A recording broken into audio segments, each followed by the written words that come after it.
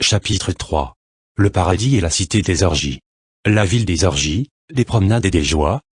Comme je passe au Manhattan, tes fréquents et rapides éclairs Dieu m'offrant l'amour. Walt Whitman, Feuille d'herbe. Il avait trouvé le paradis lors de sa première visite à Fire Island. Andrew Holleran, danseur de la danse.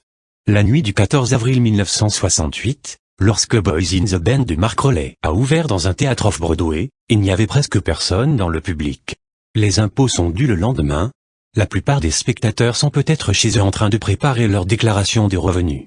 Étonnamment, le lendemain soir, il y avait une file d'attente dans tout le quartier. Boys in the Band dépeint la vie des homosexuels masculins au début des années 1960 comme des soirées où l'on boit beaucoup, où l'on s'adonne à des réparties vicieuses, où l'on s'amuse à faire des blagues, où l'on écoute des comédies musicales de Broadway et où l'on s'apitoie sur son sort. Crowley était un scénariste au chômage, dont l'agent avait déclaré le scénario invendable, « Je ne connais personne à qui je puisse l'envoyer. C'est comme un week-end à Fire Island », a-t-il dit à Crowley. Après la sortie du film, les critiques ont été plutôt favorables. Le critique Harold Clurman écrit, « Aucune représentation aussi ouverte d'un milieu homosexuel n'a jamais été présentée sur notre scène. Elle vise à montrer la culpabilité et le dégoût de soi, dont souffrent de nombreux homosexuels, comme les membres de toutes les minorités. Pour de nombreux homosexuels, cependant, la pièce était désespérément dépassée. » Peu après la première, le magazine Esquire a chargé un rédacteur d'écrire un article sur « Le nouvel homosexuel ». Il y avait autrefois ce syndrome de la boisson, de la culpabilité et du camp, concluait-il. Maintenant, c'est la drogue, la liberté, le rock et la soul. Le nouvel homosexuel des années 70, écrivait Burke, était un enfant mâle sans entrave et sans culpabilité de la nouvelle moralité, portant une moustache de Zapata et un chapeau de hors-la-loi, qui se moque de l'approbation de l'establishment, qui coucherait aussi bien avec des garçons qu'avec des filles, et qui pense que Over the Rainbow est un endroit où l'on peut voler avec 200 microgrammes d'acide lysergique diéthylamide LSD.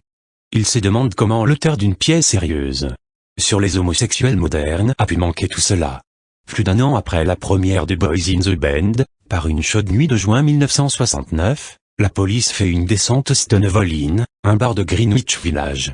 Pour une fois, au lieu de s'aligner docilement pour entrer dans un wagon, les clients du bar et la foule, qui s'est rassemblée à l'extérieur, ont combattu la police, déclenchant 5 jours d'émeutes.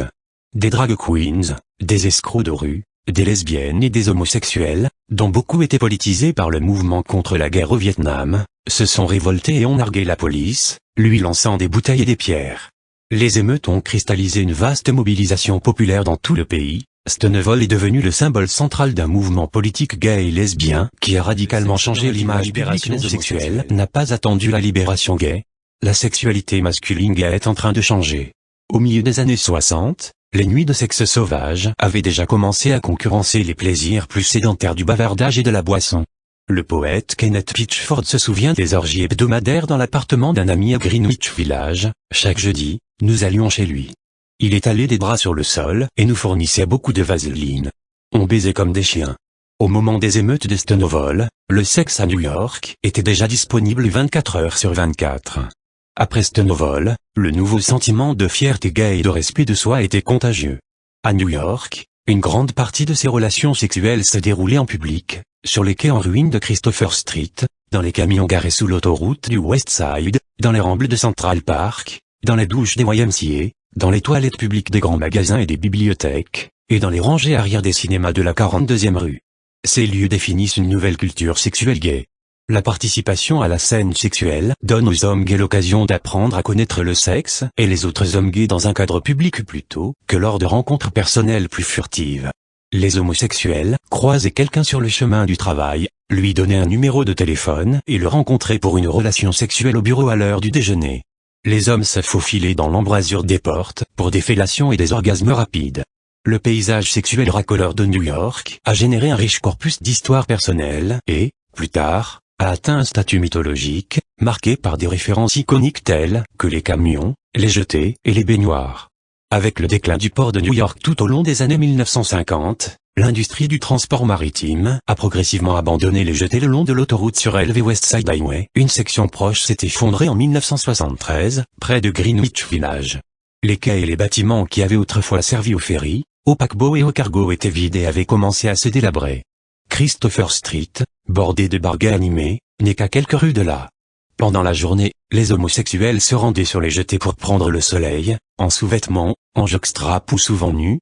La nuit, les hommes se harcelaient à l'intérieur des structures en décomposition. Il y avait des milliers de personnes qui baisaient dans le noir, se souvient un participant. Tous les jours de la semaine, quel que soit le temps. Roger McFarlane dans Gay Sex in the 70 secondes également dangereux. Il n'était pas fermé à clé, ni entretenu, ni inspecté, et parfois, dans l'obscurité, des hommes tombaient à travers des trous dans le sol ou du bois pourri. Les hommes qui se prélassaient autour des jetées pendant la journée voyaient périodiquement des cadavres flottant à proximité dans le fleuve Hudson. Sous le West Side Highway surélevé, près des jetées au pied de Christopher Street, se trouvaient les camions.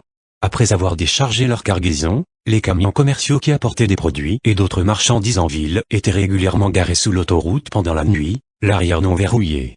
Comme les jetées, les camions vides étaient remplis chaque nuit de centaines et de centaines d'hommes faisant l'amour dans l'obscurité. L'odeur fétide du sexe, de la sueur et du paupière émanait des camions. À un moment donné, un vendeur ambulant a garé un chariot à cet endroit pour vendre de la nourriture, du soda, de l'eau et même du lubrifiant. Eux aussi étaient dangereux. Les voleurs à la tire, la police et les agresseurs d'homosexuels y font occasionnellement des descentes.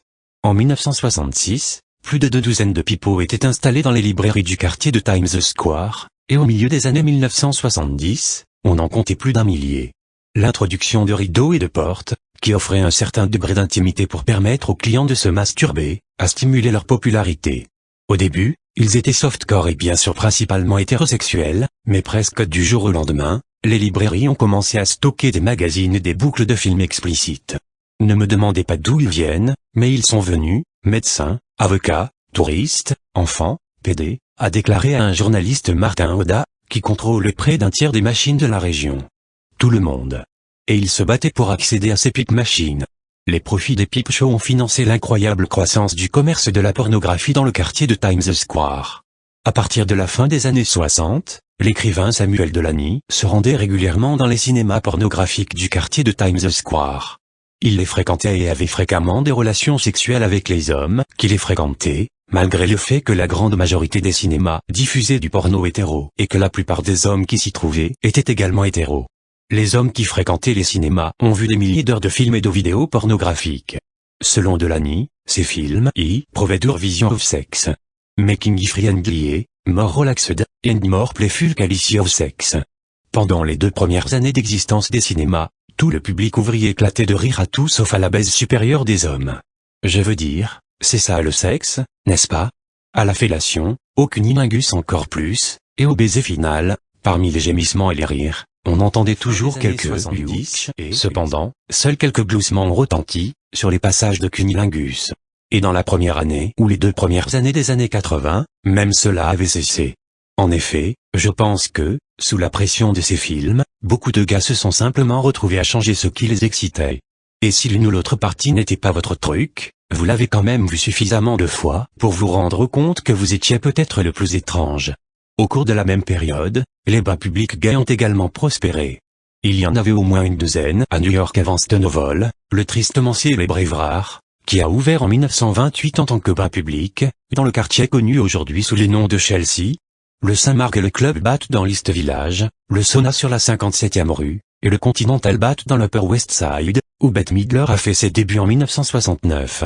L'Évrard, dont on disait qu'il était l'un des préférés de Rock Hudson, était peut-être le plus célèbre de tous. On l'appelait le Blackfoot Club, parce que les sols étaient si sales que la plante des pieds de ses clients devenait noire.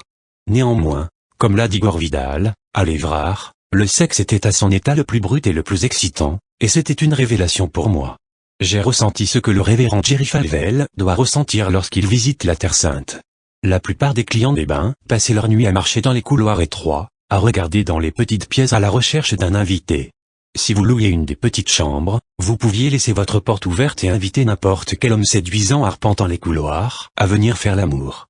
L'étiquette était simple, si vous aimiez ce que vous voyez, vous n'aviez qu'à sourire de manière invitante. Si vous n'étiez pas intéressé, il vous suffisait de passer votre chemin, ou si vous aviez une chambre, vous pouviez dire non merci ou je suis fatigué. Les hommes dans les chambres pouvaient signaler leur prédilection en s'allongeant sur le dos, en jouant avec eux-mêmes ou sur le ventre, les fesses à l'air. Certains hommes trouvaient le rejet au bain plus facile à accepter qu'après toutes les jactances et les dragueurs qui avaient lieu dans les bars. C'était plus direct. Les années 70 sont une époque de liberté sexuelle sans précédent pour les homosexuels, ce qui pose un défi inhabituel à ceux qui veulent réaliser des films gay hardcore. Comme le rappelle un homosexuel, la pornographie ne pouvait pas rivaliser avec la vraie vie. Tout ce qui était dans la pornographie, vous pouviez l'avoir en abondance dans la rue n'importe quel jour, entrer dans n'importe quelle salle de sport, plus de beaux hommes, plus de bites disponibles, directement dans leur appartement, la fête commence dans 1 heure, vous pouvez aller dans l'arrière-salle tout de suite. C'était comme si la vie était un film 10. Après une répétition pour un nouveau spectacle, le metteur en scène et chorégraphe Wakefield Poole, le petit ami de Poole, le compositeur du spectacle et son parolier, décide de se rendre au Park Miller Theater pour voir un film porno exclusivement masculin. Le Park Miller était l'antenne new-yorkaise de la chaîne de cinéma pornographique de Chancel, où étaient projetés certains des films hardcore produits à Los Angeles. C'était l'un de ces vendredis soirs à New York, se souvient Poole, où voir quoi que ce soit de décent exige de faire la queue dans des files d'attente qui refusent de se terminer. La soirée s'est avérée décevante et pour Poole, l'expérience a été quelque peu déstabilisante. Contrairement au cinéma sombre et clinquant, qui diffuse du porno pur et dur, les lumières à l'intérieur du Park Miller étaient suffisamment claires pour que les clients du cinéma puissent lire. En fait, selon Poole, un client lisait le New York Times. Selon Poole, il n'y avait pas de relation sexuelle entre les clients, parce que la police y patrouillait régulièrement. Hein Whistler était la vedette de cette soirée. Il mettait en scène un jeune homme faisant de l'autostop, qui est pris à emmener dans un motel où il est baisé tout en étant retenu sous la menace d'un couteau. Les compagnons de Poole réagissent à cette intrigue morne et peu érotique en riant ou en s'endormant. La bande son diffusait une interprétation orchestrée de June Is Busting Out All Over, de la comédie musicale Carousel. Par la suite, ils se sont demandé à haute voix s'il était possible de réaliser un film hardcore plus érotique et non dégradant. Bon sang, s'exclame Poole, j'ai la caméra que Peter m'a donnée. Je devrais peut-être essayer. Juste pour le plaisir. Qui veut être dedans? Personne ne s'est porté volontaire, mais Poole ne l'a pas oublié. Comme beaucoup d'autres homosexuels, Wakefield Poole était venu à New York en quête de quelque chose. C'était un colon, pour reprendre le terme de l'écrivain du New Yorker B. White, ce sont les colons qui ont donné à New York sa passion. Poole a grandi dans le sud, mais s'est installé à New York dès qu'il a pu pour poursuivre une carrière de danseur. Pendant plusieurs années, il a fait des tournées avec les ballets russes, le successeur américain du célèbre ballet original de Serge Diaghilev, basé à Paris. Dans le monde très compétitif du théâtre et de la danse de New York, Poole obtient un succès moyen en jouant dans des comédies musicales de Broadway et en les chorégraphiant.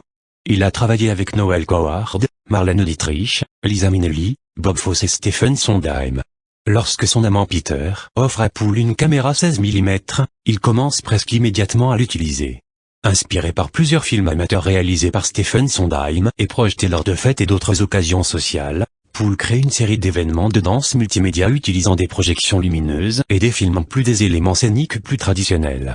Il avait également tourné un court-métrage en hommage à Andy Warhol après avoir trouvé une peinture de lui-même dans l'une des expositions de Warhol.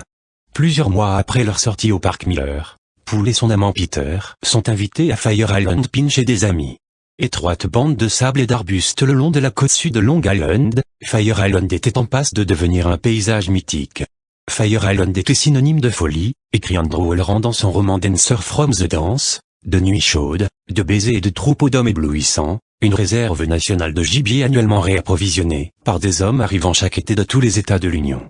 206-7, dans Fago, le portrait de la vie gay à New York au début des années 70 réalisé par Larry Kramer, son protagoniste est bouleversé par Fire Island Pin, il n'était pas prêt pour une telle beauté, un tel potentiel, un choix aussi illimité.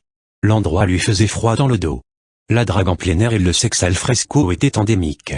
Cherry Grove sur Fire Island, la minuscule communauté voisine au sud des Pines, était une destination de vacances bien connue des acteurs, écrivains et artistes homosexuels depuis les années 1930 et une communauté majoritairement gay, ce qui en faisait la première ville gay et lesbienne d'Amérique.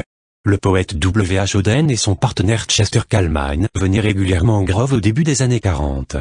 Ils ont été rejoints par toute une série d'artistes et d'écrivains gays et lesbiens célèbres, parmi lesquels Carson McCullers, Janet Flanner, Benjamin Britten et son partenaire Peter Peer, Christopher Isherwood, Lincoln Kirstein, Patricia Highsmith, Jane Bowles, Tennessee Williams ont prévu de passer plusieurs mois sur Fire Island, et c'est à cette occasion qu'il a décidé de réaliser son film érotique cet été-là. La tension sexuelle aiguë sur l'île et sa beauté époustouflante ont fourni à Poole l'idée germinale. Un jeune homme descend la promenade de la planche, tourne dans les bois et débouche sur le côté de la baie de l'île. Il étend une couverture, enlève ses vêtements, s'assied à temps en regardant l'eau. Une vision apparaît comme Vénus de la mer, un bel homme nu qui semble marcher sur l'eau et qui s'approche de l'homme qui attend. Ils s'explorent immédiatement l'un l'autre et finissent par aller dans les bois. Quand ils ont fini de baiser, l'homme qui attend se lève, embrasse l'autre, part et disparaît en courant dans la baie. L'homme laissé sur la plage se lève, regarde l'eau, enfile les vêtements laissés par l'autre homme, ramasse la couverture et descend le long du rivage tandis que la scène s'estompe. Une fois qu'il a formulé son idée et commencé à la scénariser dans son esprit, il a également pensé au casting. Il a d'abord demandé à Tom et Michael, les amis chez qui Poole logeait, s'ils accepteraient de jouer les deux hommes de la première scène. Ils ont accepté, mais ont presque immédiatement changé d'avis. Quelques heures plus tard, Poole rencontre un homme nommé Dino, qui travaille dans une petite boutique de cadeaux à l'Hôtel des Pins. Nous flirtons tous les trois depuis des semaines, se souvient Poole. Je me suis soudain tourné vers lui et lui ai demandé s'il aimerait jouer dans un film avec Peter.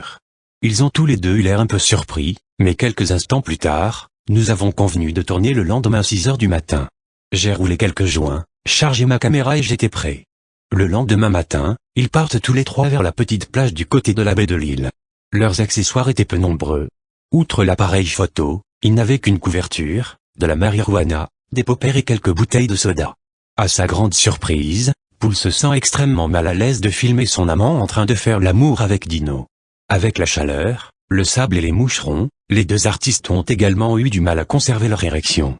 Il n'y a pas de haut, pas de bas, en fait, ces distinctions rigides n'ont pas encore évolué parmi les hommes gays, et Poole se sent de plus en plus attiré par le rôle de voyeur. À la fin de la scène, tous les trois étaient épuisés par l'effort de concentration sur la performance. Poole a monté la scène pour en faire un film de 15 minutes. Lorsqu'il le montre à un groupe d'amis, ceux-ci affirment que c'est le meilleur film porno qu'ils aient vu. Marvin Schulman, son directeur commercial, lui propose d'investir pour en faire un long métrage. Alors qu'il commence à esquisser de nouvelles scènes, Dino décide qu'il veut être payé $2000 pour sa participation. Poole choisit de refaire le casting de la scène et de la tourner à nouveau. Un vieil ami est présent lors de la discussion sur le casting et dit à Poole, « J'ai la personne parfaite pour toi. Il est blond, mesure 1,80 m et est beau. Il a une belle bite, un beau cul, et il fait tout. » Quelques jours plus tard, Cal Culver s'est présenté à la porte de Poole. Il était parfait, pensait Poole, le genre qu'on voit dans les pubs des magazines, pas dans les films porno. Culver était un ancien professeur de lycée, acteur au chômage, serveur, arnaqueur et homme de la ville. Après avoir vu la scène avec Peter et Dino, Culver est catégorique. « Je veux le faire. » insiste-t-il. « Dites-moi ce que je dois faire et je le ferai. C'est vraiment génial. » On commence quand? Ils ont à y retourner la scène le week-end suivant. Après les premières minutes de tournage, se souvient Poole, je savais que Cal allait être formidable. La caméra l'adorait. Culver s'est investi à fond dans le projet. Une fois le tournage terminé, il est retourné à la maison pour discuter des autres parties du film. Il a mentionné Tommy Moore, un copain de baisse de longue date qui, selon lui, serait bon pour la dernière scène, qui se déroule dans une maison. Moore était barman à Cherry Grove. Culver a également suggéré son partenaire pour l'autre scène, Danny DiCiccio, un constructeur local, que Culver ne connaissait pas mais qu'il avait observé tout l'été. En fait, DiCiccio avait réalisé quelques courts-métrages pornographiques pour Jim French des studios Colt, et il a donc accepté sans hésiter. Culver a également trouvé les deux endroits où les autres scènes seraient tournées, la piscine et la maison utilisée dans la dernière partie. Ces deux endroits appartenaient à des amis à lui. Chacune des autres scènes de sexe a été tournée rapidement, avant que les acteurs puissent trouver des défauts à leur partenaire sexuel. L'ami de Poole, Ed Parent, qui a conçu plus tard les titres et l'affiche, est venu avec lui pour tourner des images fixes. Le tournage de la scène de sexe de Poolside, la deuxième section, n'a pris que 2 heures. C'était une scène de sexe énergique et athlétique. L'expérience de Danny DiCiccio dans le domaine du porno soft s'est avérée utile, mais il a été si frénétique dans sa scène qu'il a été difficile de la monter ensuite comme une scène cohérente. Le tournage de la troisième scène s'est déroulé sans problème. Cal et Tommy étaient parfaitement assortis, se souvient Poole, ils aimaient tout l'un et l'autre. Ils n'avaient pas non plus de préférence l'un pour l'autre, donc il n'y a pas de haut. Aucun bas dans le segment. C'est l'une des meilleures scènes de sexe que j'ai jamais magique. Dans la première scène, un bel homme surgit de la mer comme la Vénus de Botticelli. C'est une scène qui doit beaucoup à l'expérience de danse de Poole avec les ballets russes. Sa bande sonore de Debussy rappelle le célèbre ballet L'après-midi d'un faune de Václav Nijinsky. Ce ballet a provoqué une énorme fureur lors de sa création en 1912, lorsque le faune, interprété par Nijinsky lui-même, a évacué sa frustration sexuelle en s'allongeant sur le foulard d'une nymphe et en se frottant contre lui jusqu'à l'orgasme. Dans la deuxième scène du film, un homme répond à une annonce dans un journal gay pour une pilule magique permettant de créer un bel homme. Il jette la pilule dans la piscine et, tel un génie sorti d'une lanterne magique, un bel homme en sort pour une rencontre sexuelle passionnée. Et dans le troisième, une rencontre sexuelle torride est créée dans l'imagination de deux hommes gays qui se croisent ouvertement, l'un noir, l'autre blanc, comme le mythique lien homoérotique masculin de la littérature américaine. Lorsque Poole a terminé le montage du film, qu'il a appelé Boys in the Sand, le titre étant une réplique délibérée de Boys in the Band, il a fallu trouver un moyen de le distribuer. Il n'existait aucune infrastructure commerciale pour organiser les réservations ou collecter les droits. Poole s'est envolé pour Los Angeles afin de rencontrer Chancel, le roi du porno de la côte ouest. « Bonjour, je suis Chancel », dit l'homme grand et corpulent. « J'ai cru comprendre que vous avez fait un film garçon-garçon, que vous voulez que je regarde. J'aime le titre, donc c'est un bon début. Il n'y a pas grand-chose à dire de plus tant que je n'ai pas vu le dessin. Revenez demain à 10h, et nous verrons si nous pouvons faire des affaires. » Poole était décontenancé par le fait que Cell voulait prendre le film pendant la nuit. « Je ne suis pas sûr, je devrais le laisser sortir de mes mains. » Poole a répondu. « Je ne vous connais vraiment pas, et j'ai entendu des histoires si folles sur le fait de se faire arnaquer. » Mais il a accepté à contre-cœur de laisser Cell avoir la copie. Poole était de retour au bureau de Cell à la première heure du matin. « Je pense que votre film est l'un des meilleurs films de garçons que j'ai jamais vu. Combien vous a-t-il coûté ? » « Environ 4000 $, répondit Poole sans trop réfléchir. « Eh bien, je vous en donne 8000 pour le film. Si c'est le meilleur film gay que vous ayez jamais vu, il devrait valoir plus de 8000 $, rétorque Poole. « Oh, il vaut plus, mais c'est tout ce que je suis prêt de l'offre avec son associé, Marvin Schulman. Ils décident de le présenter eux-mêmes au 55 Th Street Playhouse, le vieux théâtre délabré de New York, où Andy Warhol avait projeté My Hustler et Lonesome Cowboy. Boys in the Sand est un énorme succès auprès du public et des critiques. Bien qu'il s'agisse d'un film gay hardcore, il est présenté en avant-première par Variety et est le premier film gay hardcore à faire l'objet d'une publicité dans le New York Times. Il a figuré pendant près de 3 mois sur la liste de Variety des 50 films les plus rentables. La presse gay est enthousiaste. Boys in the Sand doit une grande partie de son succès à Casey Donovan, nom de porno de Culver, non seulement en raison de ses performances sexuelles exceptionnelles, de l'avis de nombreux spectateurs de l'époque, son charme physique, sa prestance et ses qualités d'acteur ont contribué au succès du film. Sa performance et sa présence sur scène, en plus de son rôle en coulisses, son engagement dans l'ensemble du projet, ses suggestions de casting et le soutien qu'il a apporté aux autres interprètes, ont été déterminants. Poole savait bien sûr ce que Donovan avait apporté au film. Il était si naturel, il n'a jamais rien précipité. Je pouvais lui dire quelque chose à faire, et il le faisait très lentement et délibérément. Il avait une sorte de magie, qui faisait que tout fonctionnait. Il était authentique et réel, et il avait une qualité merveilleuse. Il adorait le sexe, cela ne fait aucun doute quand on voit le film. Il aimait le faire à l'écran. Boys in the Sand a catapulté Casey Donovan dans une position unique en tant que première star du porno gay. Caractérisé comme un Robert Redford libéré par l'homosexualité, le mâle américain par excellence, il ressemblait à l'homosexuel nouvellement libéré, qui vivait à New York, dans les années 70 et en était le parfait symbole. Blond et aux yeux bleus, avec un corps bien tonique et un sourire absolument radieux, Donovan dégageait un sex appeal et communiquait un charisme presque irrésistible. Lorsque le film a été diffusé dans d'autres villes du pays, il est rapidement devenu une célébrité nationale. Aucun autre interprète, que ce soit dans des films gay softcore ou hardcore, n'avait réussi ou même approché la renommée qu'il avait si rapidement acquise. Donovan a grandi dans le nord-ouest de l'État de New York. Sa famille dirigeait un parc de caravanes près de la ville de Canandaigua, non loin de Rochester. Depuis sa première année de lycée, il était sexuellement précoce. Il a raconté un jour un incident qui s'était produit alors qu'il était au lycée. Attiré par l'un des joueurs de football, qui était plutôt timide et qui avait l'habitude d'attendre que la plupart des autres joueurs soient partis pour prendre une douche, Culver a remarqué que le jeune homme commençait à être excité. Culver s'est baissé comme s'il allait lui laver les pieds, mais il a préféré lécher le pénis du jeune homme. Le jeune homme a halté, mais est resté immobile pendant que Culver commençait à lui sucer la bite. Après le lycée, Culver a fréquenté l'école normale de Genesco. Il a obtenu son diplôme en 1965 et a accepté un contrat pour enseigner en 6e année à Peekskill, New York, à seulement 48 km de la ville de New York. Il explore avec voracité l'underground sexuel de New York et passe une grande partie de son temps sur les lieux de drague gay, toilettes publiques, cinéma et parcs. Après avoir enseigné pendant un an à Peekskill, Culver a accepté un poste d'enseignant à l'école exclusive Fieldstone de New York, fréquentée par les enfants de professionnels, d'intellectuels et de célébrités. Cependant, très peu de temps après son entrée en fonction, il a été renvoyé pour avoir trop discipliné une élève. Il s'agissait de la fille de l'acteur Eli Wallach et a commencé à faire de l'escorte. Pour se débarrasser sans aigu de la conversation, Culver réussit rapidement en tant qu'escorte masculine de haut niveau dans les milieux gays et de New York. Il a également commencé à s'intéresser au théâtre, qui l'attirait depuis longtemps. Il avait participé à des productions théâtrales pendant ses études secondaires et universitaires. Il a trouvé des opportunités non rémunérées derrière la scène et finalement sur la scène, à la fois dans des productions d'été et dans des productions off-Broadway à petit budget. Il échangeait souvent en des faveurs sexuelles contre la possibilité d'avancer. Pendant une grande partie de cette période, il a subvenu à ses besoins en faisant de l'escorte. Il a fini par être employé par un service d'escorte. En 1970, il travaillait à plein temps comme mannequin pour la célèbre agence Wilhelmina, complétant ses revenus par des services d'escorte. Culver était déjà apparu dans un film porno avant Boys in the Sand. Il a trouvé que c'était plus difficile que ce à quoi il s'attendait. Il devait bander et jouer, vraiment baiser pour mon souper. Un jeune s'est avéré être marié très hétéro. Je ne pense pas qu'il ait jamais été impliqué avec un gars et il le faisait manifestement pour l'argent. Et il y avait un autre gars qui était très coincé, le problème était que je devais les rendre beaux. After Dark était un croisement entre un magazine de danse et un magazine de mode.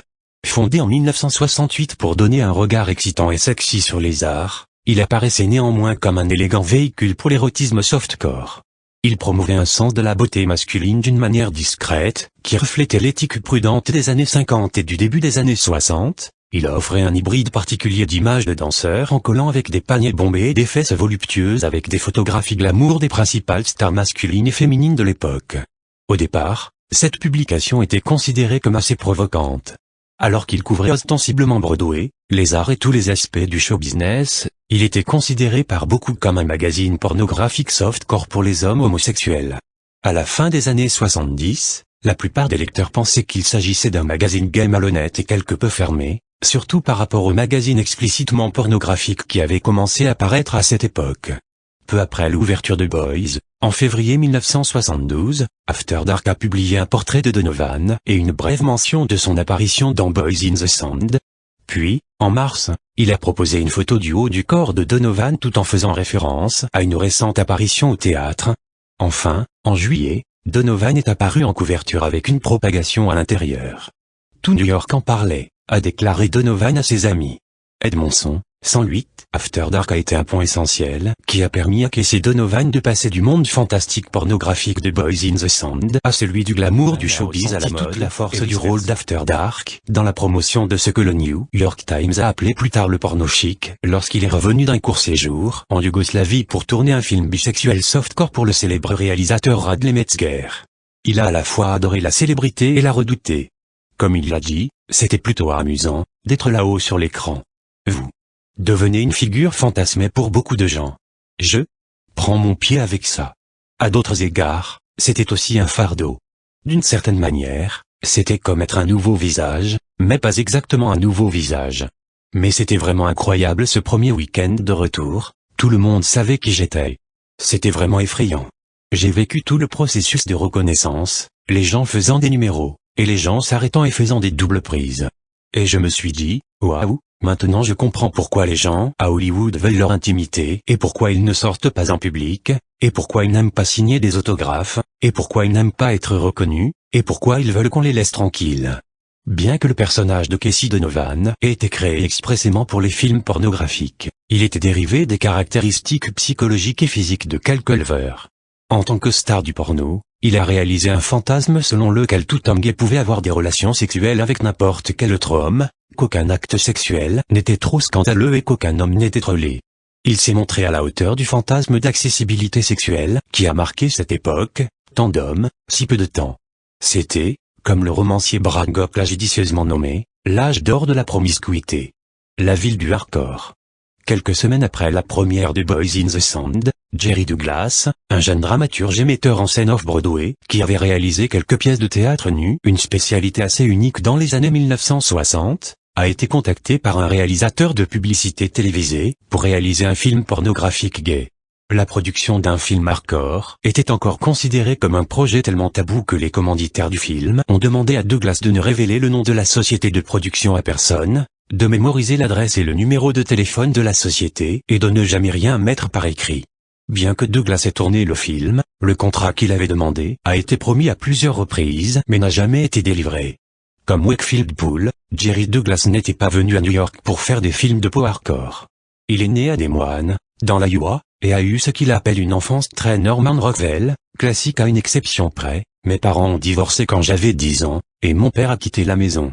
J'ai été élevé par une mère célibataire, pas une mère célibataire, elle m'aurait si elle m'entendait dire ça. Une mère divorcée et 2 jeunes frères. Les promenades en traîneau, les tentes et les foires du comté, tout ses désirs homosexuels au lycée et a commencé à se masturber avec des fantasmes de James Dean, Farley Granger et Montgomery Clift dans une pièce au sous-sol dédiée et tapissée d'images de ses stars de cinéma préférées, une scène qu'il a ensuite recréée dans son film Dream Team de 1999. C'est pendant ses études à l'université Drake de Des Moines qu'il a eu sa première rencontre homosexuelle. Je faisais de l'autostop entre le campus et mon domicile, tard dans la nuit, après une répétition de théâtre. Un vieil homme sale s'est arrêté et m'a fait une fellation. C'est à peu près l'étendue de mon activité homosexuelle jusqu'à ma première année d'université. Je me suis marié juste avant ma dernière année à Drake. J'ai obtenu une bourse d'Stanford à Yale, pour des études supérieures, qui couvrent tout, le travail et la femme. Donc, Barbara et moi sommes allés à New Haven. À ce moment-là, j'avais une assez bonne idée que mes intérêts ne se situaient pas dans le corps de ma femme. De 1957 à juin 1960, Douglas fréquente la Yale Drama School. Au cours de sa dernière année là-bas, il rencontre l'homme qui deviendra son premier amant. Lorsqu'il obtient son diplôme de Yale, il déménage à New York avec son amant. Il passe la majeure partie des 5 années suivantes à travailler sur Rondelay, une version musicale de la ronde d'Arthur Schnitzler, qui met en scène l'impact d'une série de rencontres sexuelles imbriquées. La première de Rondelay a lieu le 6 novembre 1969. Le critique dramatique du New York Times, Cliff Barnes, en fait une critique très sévère et la pièce est fermée peu après sa création. Douglas est dévasté. Il avait passé 5 ans de sa vie sur cette pièce.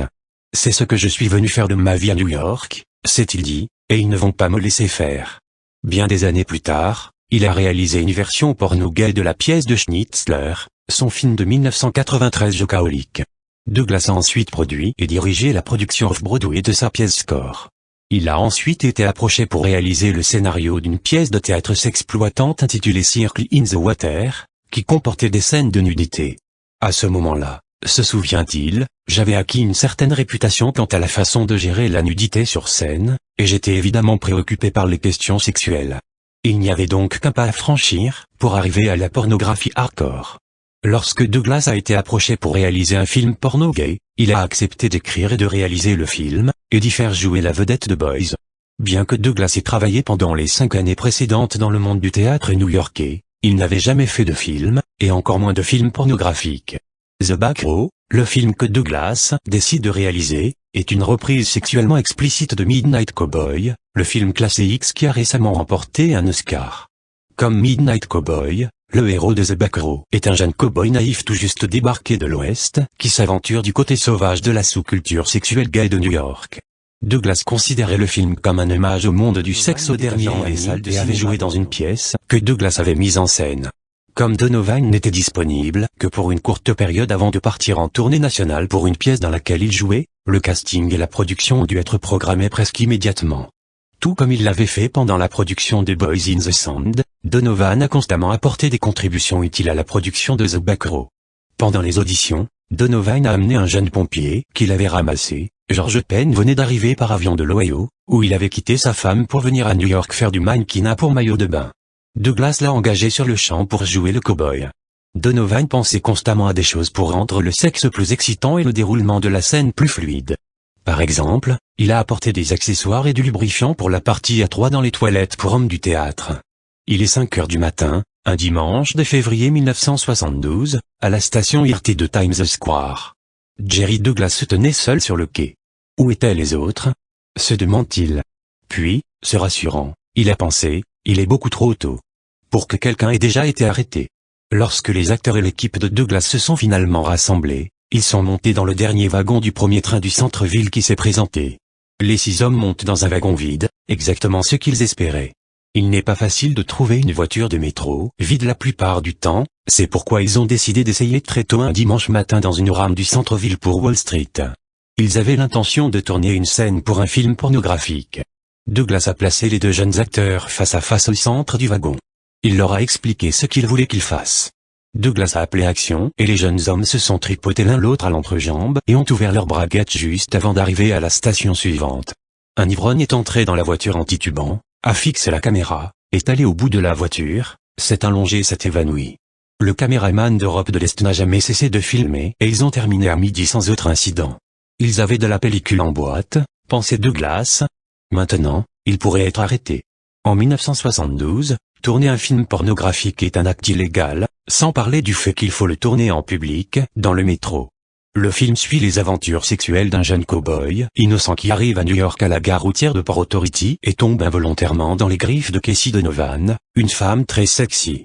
Penn et Donovan jouent au jeu du chat et de la souris, ce qui les conduit à une scène de sexe avec un casque de chantier, à fumer un joint ensemble dans une salle de cinéma, à descendre au Pleasurechest, alors un petit sex shop de Greenwich Village, avant qu'il ne devienne une chaîne nationale, puis à quelques scènes dans un cinéma porno, la dernière étant un plan à 3 sur le sol et des toilettes de film hardcore. Douglas a dû relever des défis techniques, comment représenter le sexe sur pellicule, comment tourner des scènes de pénétration, comment encourager les acteurs à avoir des érections et des orgasmes. Il avait observé que dans de nombreux films de peau, la photographie de l'acte sexuel n'est jamais très souple ou révélatrice. Il voulait trouver des angles de caméra nouveaux et intéressants, qui soient à la fois discrets pour les acteurs, mais qui offrent un meilleur point de vue sur ce que les gens vont payer pour voir. Une solution a consisté à filmer le sexe sur une table basse en verre depuis le bas. Les caméramens se positionnent sur le sol, à plat sur le dos. Les acteurs, tous deux en érection, s'allonger sur la table, prêts à commencer à baiser. Douglas a appelé action et alors que les acteurs commençaient à bouger, soudain, après moins de 10 secondes, un craquement terrifiant a retenti. Des éclats de verre ont volé partout. Les deux artistes sont tombés sur le cadre métallique de la table basse, couvert de petits morceaux de verre. La pensée paniquée de Donovan était, s'il vous plaît, mon Dieu, si je dois mourir, c'est bon, mais ne me castrez pas. Les deux interprètes s'en sont sortis indemnes, et ils ont terminé la scène sur un lit à eau. Un an après le début du tournage, The Bacaro a été présenté au 55 TH Street Playhouse. Pendant des semaines, le théâtre était plein à craquer. Recueillir les recettes du box-office est un véritable casse-tête. Chaque jour, Douglas se rendait au théâtre pour s'assurer que les relevés quotidiens de la billetterie étaient relativement exacts. La situation était bien pire à San Francisco et dans d'autres villes. Souvent, les plus grands cinémas avec des recettes importantes étaient les plus difficiles à collecter. Lorsque The Back Row était à l'affiche au Noble Theater de Chancel, à San Francisco, Douglas a demandé à un ami avocat d'être son homme de main. Lorsque l'ami de Douglas se présente au théâtre, le gérant est stupéfait. Personne n'avait jamais fait cela auparavant. Le propriétaire avait toujours pu envoyer un chèque, par la poste quand il le souhaitait, mais tout à coup, quelqu'un, un avocat de surcroît, demandait le chèque immédiatement et le déposait sur un compte à San Francisco, pour s'assurer qu'il soit accepté. Comme les cinémas projetant des films sexuellement explicites n'étaient pas tout à fait légitimes, et comme la production de films hardcore destinés à être diffusés en salle était encore une activité nouvelle, il y avait peu de sociétés établies sans lien avec la mafia qui distribuait les films. Il n'y avait aucune garantie que le cinéaste recevrait sa part du box-office, et il n'y avait aucun moyen d'empêcher le propriétaire du cinéma de dupliquer la copie, de retourner l'original et de continuer à diffuser le film à l'insu du cinéaste. De plus, l'usure des copies impliquait des réparations coûteuses à chaque fois qu'elles étaient retournées, si elles étaient retournées. Tout cela contribuait à la difficulté et au coût élevé de la programmation des longs métrages en salle.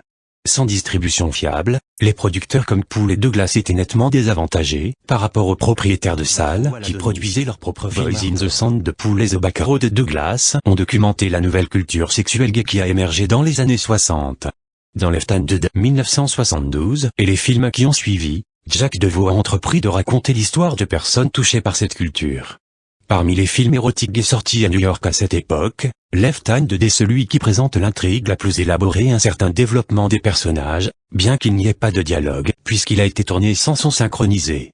Left Handed parlait d'un antiquaire, de son petit ami arnaqueur et de leur dealer d'herbe, une histoire typique des années 60 et du début des années 70.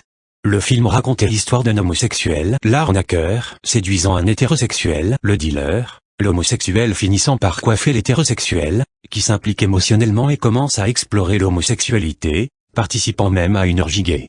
À ce moment-là, l'homosexuel se désintéresse de l'hétérosexuellement curieux.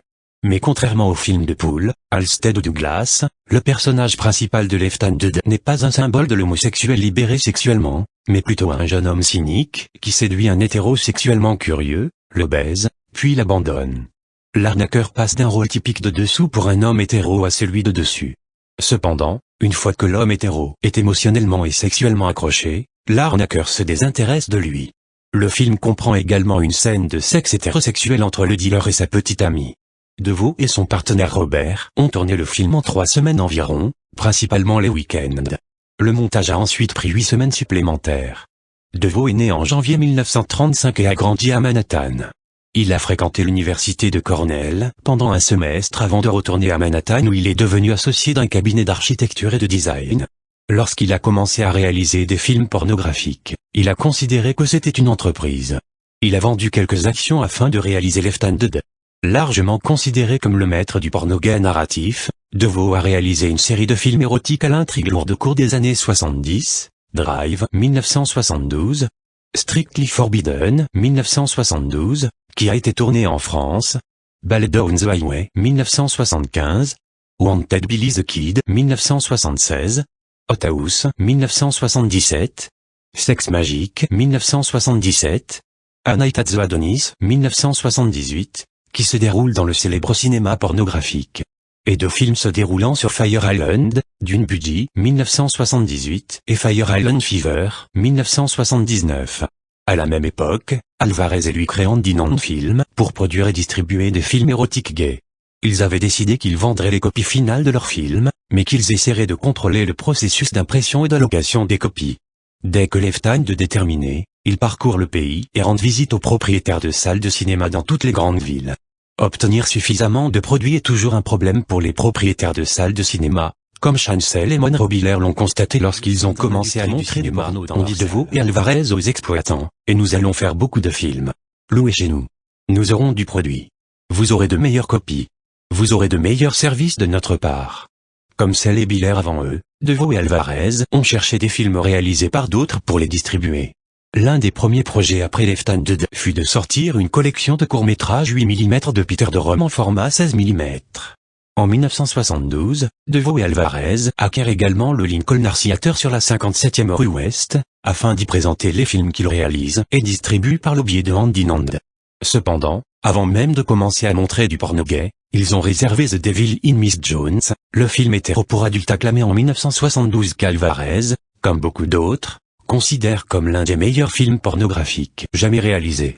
Mais il est resté à l'affiche pendant des années, et au moment de sa fermeture, un cinéma local pour présenter ses propres films était devenu superflu, Andy Nand étant devenu un distributeur national. Après Left Handed, DeVoe et Alvarez décident de réaliser Drive 1974, un film avec un rôle de travesti transsexuel, qui devient leur deuxième film. Il s'agit d'un film extravagant et flamboyant, dont le scénario a été écrit par Christopher Rage, qui deviendra plus tard également réalisateur, qui jouait également en drague le rôle de la méchante Arachne. La grande distribution comprenait plus de 50 personnes. Le mot drive du titre fait référence à la libido masculine, qu'Arachne est déterminé à éradiquer, et au fait que le héros du film se déplace dans Manhattan au volant d'une Lamborghini. L'année suivante, DeVoe a réalisé Ballet Down the Highway, l'histoire d'une relation amoureuse entre une danseuse et un chauffeur de camion et les perturbations qu'elle entraîne dans la vie de la danseuse.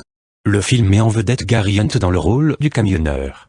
C'est probablement le premier film de DeVoe à s'articuler autour d'un acteur en particulier, qui était un acteur sexuel charismatique. En 1977, DeVoe commence la production de A Night at the Adonis, dont l'action se déroule dans le cinéma où la plupart de leurs films sont projetés à New York. Il s'agit en partie d'un hommage au grand rôle que les cinémas pornographiques ont joué dans les années 1970, en diffusant du porno et en créant un environnement sexuel pour les hommes homosexuels, et en partie d'un hommage au film de Jerry Douglas de 1972, The Back Row. A Night at the Adonis est l'un des meilleurs films de DeVoe.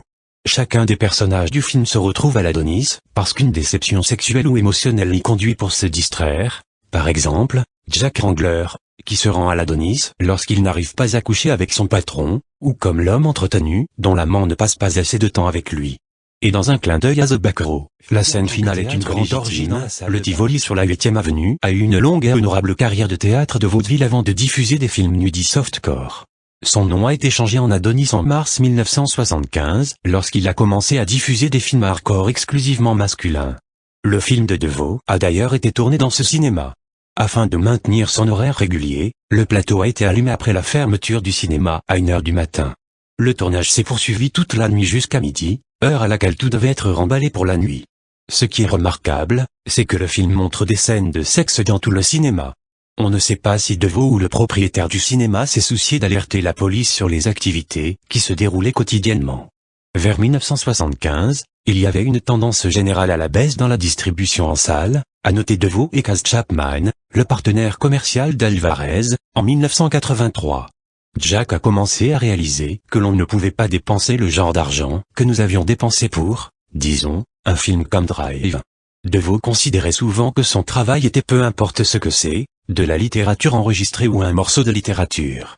Vous pouvez être sûr que lorsque vous serez mort, ce morceau de littérature sera encore là. Le succès commercial des premiers films gays hardcore projetés dans les cinémas grand public a prouvé qu'il existait un marché pour les films pornographiques gays. Les cinémas de Boston, Washington DC, Chicago, San Francisco et d'autres villes de taille moyenne, qui diffusent des films exclusivement masculins, prospèrent. Les nouveaux films pornographiques gays promulguent la promesse érotique de la révolution sexuelle, le sexe sans excuse, sans retenue et sans distinction.